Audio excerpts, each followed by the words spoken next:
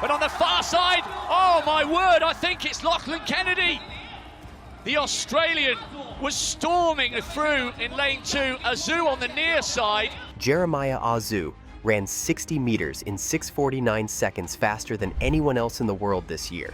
Just days earlier, he was changing diapers at 1 a.m., running on no sleep, and adjusting to life as a brand new dad. Then he stepped onto the track and made it look easy. How did he go from nappy duty to world domination in 1 week flat? The arena explodes into noise, and there's a great start there from Azu on the left. But on the far side, oh my word, I think it's Lachlan Kennedy. Jeremiah Azu is proving that sleepless nights and dirty nappies don't slow down a champion. In fact, they might just power him up. Just days after becoming a father, the Welsh sprinter stepped onto the track at the European Indoor Championships and dominated. He didn't just show up, he flew. While most new dads are still trying to catch a decent nap, Azu was busy crossing the finish line in first place, grabbing gold in the men's 60 Miller race with a personal best of 6.49 seconds. It's wild to think that just a week before that big win, Azu was home cradling his newborn son, Azair, and dealing with what he called a nappy explosion at 1 a.m. In his own words, he was on diaper duty, holding the baby in the middle of the night and thinking, wow, life comes at you fast. And yet, despite the exhaustion and the drastic life change, he was back on the track performing at the highest level like it was second nature.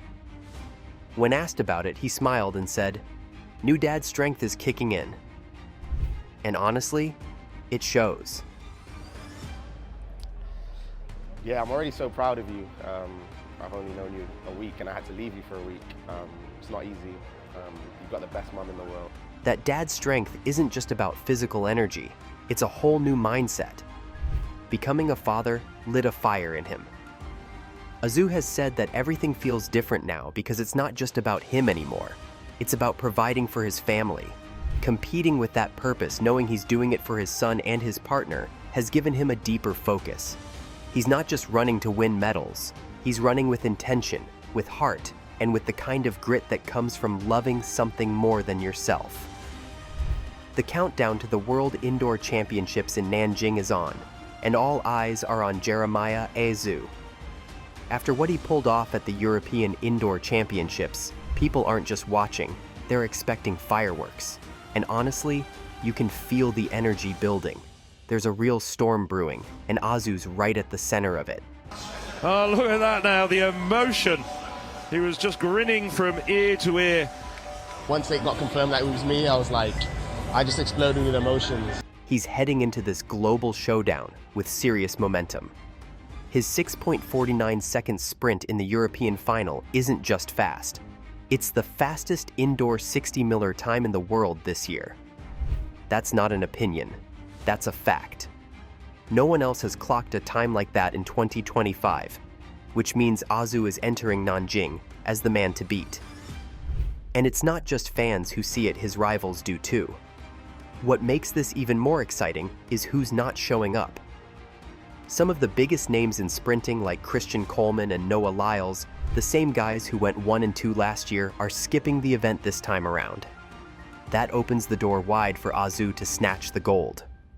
No disrespect to the rest of the field, but with Coleman and Lyles out, the track feels a little more open. And Azu's got the speed, the form, and the mindset to take full advantage of it. If he does pull it off, and honestly, it's looking more and more possible, he'll make history. The last time a British sprinter won the World Indoor 60 Miller title was over a decade ago in 2014, when Richard Kilty took home the gold. Azu could become the first Brit since then to wear that crown. Imagine that, from changing diapers at midnight to standing on top of the world podium in the span of a few weeks. Sometimes in life, moving forward means going back to where it all began, and that's exactly what Jeremiah Azu did. After spending time training in Padova, Italy, Azu made a huge call. He packed his bags and returned home to Cardiff. For a professional athlete at his level, switching up your entire training setup isn't a small thing. But for Azu, it wasn't just about location, it was about reconnecting with what made him great in the first place. back in Cardiff, he reunited with his original coach, Helen James, the same woman who spotted his talent years ago and helped shape him into the sprinter he is today. It wasn't just a reunion, it was a reset. Azu went back to the environment where his journey started, and it seems like that sense of familiarity and trust made all the difference. Training close to home, surrounded by people who genuinely understand him, has given him a level of comfort and stability that you can't fake.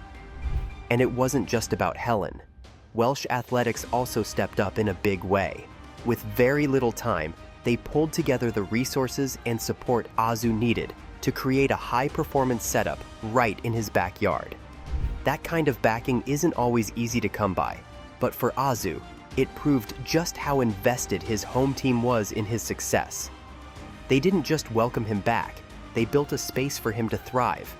You can see it in how he carries himself now. He's more relaxed, more confident, and more in control than ever. After his win at the European Championships, he said it himself, "This has confirmed to me that I made the right decisions." And when you look at the results, it's hard to argue. That gold medal wasn't just a win on the track. It was proof that trusting his instincts and going back to his roots was the best move he could have made. From football boots to sprinting spikes, Jeremiah Azu's journey into athletics didn't begin on a track. It started on a football pitch. Yeah, before he was flying past the competition in sprint events, he was out there playing for Risca United in the Welsh Premier League, chasing goals instead of gold medals. Sprinting wasn't even on his radar back then. He wasn't training for it, dreaming about it, or preparing to become one of the fastest men in the world. He was just a teenager playing school sports during the summer, putting on spikes for fun. But in 2016, something unexpected happened. Azu got thrown into some school sprinting competitions, completely untrained, and still managed to break records. No warm-up routines, no elite coaching, just raw talent. Most people train for years just to shave a few milliseconds off their time. Azu? He just showed up and ran. That kind of natural speed doesn't come around often, and thankfully, someone was watching. That someone was Helen James. She saw what a lot of others missed and knew she had to act fast. She somehow tracked him down and gave him a call at 10 or 11 at night, no less. Imagine getting that call as a teenager, being told you have something special and that you should take the sport seriously. Azu admits he didn't even take her seriously at first. But something must have clicked, because not long after that call, he joined her training group, and within a year, he became the British U17 champion. No joke. From kicking footballs to dominating the sprints, just like that. The 2024 Paris Olympics were supposed to be Jeremiah Azu's big moment, the kind every athlete dreams of from the second they start their journey. He was ready, focused, and fast. But then, in a split second, everything fell apart. A false start in the 100-meter heats. Just like that, he was disqualified. No second chance, no do-over. The dream was cut short before it even got going. And for someone who had worked so hard to get there, that kind of moment can be crushing. For a lot of athletes, something like that can take a toll that lasts months, maybe even years. But Azu didn't let it break him. If anything, it lit a fire under him. He faced the disappointment head-on, owned it, and made peace with it. He said himself, "It doesn't define me. In 4 years in LA, the outcome will be different." And the way he's been carrying himself since? It's clear he meant every word. That false start wasn't the end of his Olympic story. It was just one chapter. And even though the individual 100 meters didn't go the way he hoped, he still walked away with something to be proud of. A bronze medal in the 4x100 meter relay with his British teammates. That medal reminded everyone, including Azu, that he belongs on the world stage. It wasn't the gold he wanted, but it was proof that he could hold his own under pressure, even when things didn't go perfectly. So, what are your thoughts on this? Let us know in the comments below.